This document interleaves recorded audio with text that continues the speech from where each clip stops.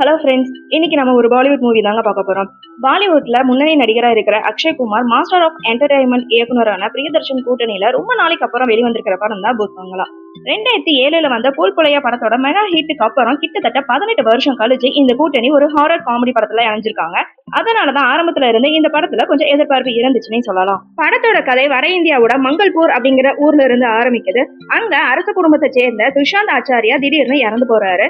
அவரோட சொத்துக்கள் எல்லாமே லண்டன்ல இருக்கிற அவரோட மகனான வாசுதேவ் குடும்பத்துக்கு தான் சேருது அப்படிங்கறது அவங்களுக்கு தெரிய வருது. இந்த நேரத்துல வாசுதேவ் ஆஸ்திரேலியா போயிட்டு இருக்கறனால அவரோட மகனான அர்ஜுன் கேரக்டர்ல அக்ஷய் குமார் இருக்காரு.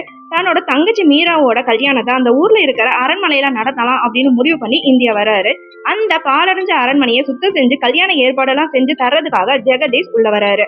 ஆனா அந்த மங்களாக்கு பின்னாடி ஒரு பயங்கரமான மர்மம் இருக்கு. அது என்ன அப்படிங்கறதான் படத்தோட கதையே. படத்தோட முதல் பாதியில அக்ஷய் குமார், பரேஷ் ராவல், ராஜ்பால் யாதவ் 3 பேரோட காம்பினேஷன் அருமையா இருக்கு.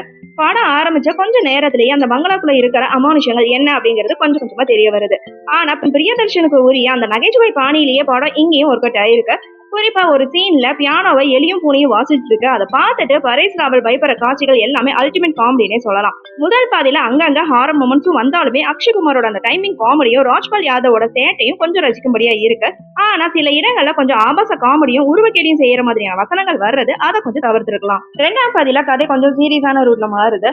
அந்த பங்களாக்குள்ள கல்யாணம் நடத்தணும் அப்படின்னா மணப்பெண்ணுக்கு ஆபத்து வரும் அப்படின்னு சாந்தாராம் அப்படிங்கிற ஒரு நபர் அர்ஜுனை எச்சரிக்கிறாரு.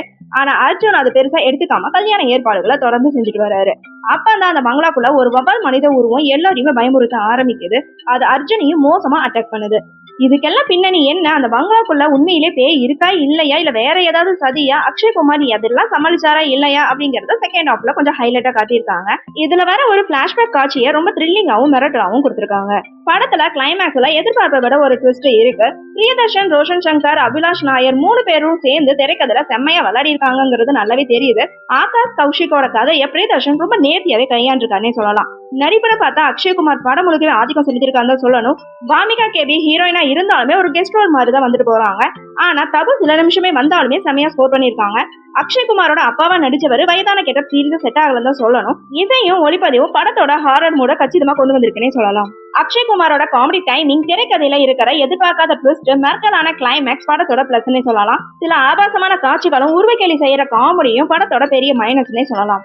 ஆக மொத்தத்துல பூத் பங்களா படம் எப்படி இருக்குன்னு கேட்டீங்கன்னா, அக்ஷய்குமாருக்காகவும் பிரியதர்ஷனோட டைரக்ஷனுக்காகவும் தாராளமா ஒரு தடவை பார்க்கலாம். நீண்ட இளவேளைக்கு அப்புறம் இந்த பழைய கூட்டணி பழைய ஃபார்முலாக்கு திரும்பி இருக்காங்க தான் சொல்லணும். படத்துல சில லாஜிக் மீறல்கள் இருந்தாலுமே அந்த பங்களாக்குள்ள நடக்கிற ரகலையான காமெடியும் கிளைமேக்ஸ்ல வர அந்த எதிர்பார்க்காத ட்விஸ்டும் ஓரளவுக்கு பேலன்ஸ் பண்ணுதுன்னே சொல்லலாம். குறிப்பா சொல்லணும்னா ராஜ்பால் யாதவ், பரேஷ் ராவலோட கூட்டணி அந்த காமெடி கலாட்டாவை பார்க்கும்போது பூல் புலையா படத்தை ஞாபகப்படுத்துற மாதிரியும் இருக்கு.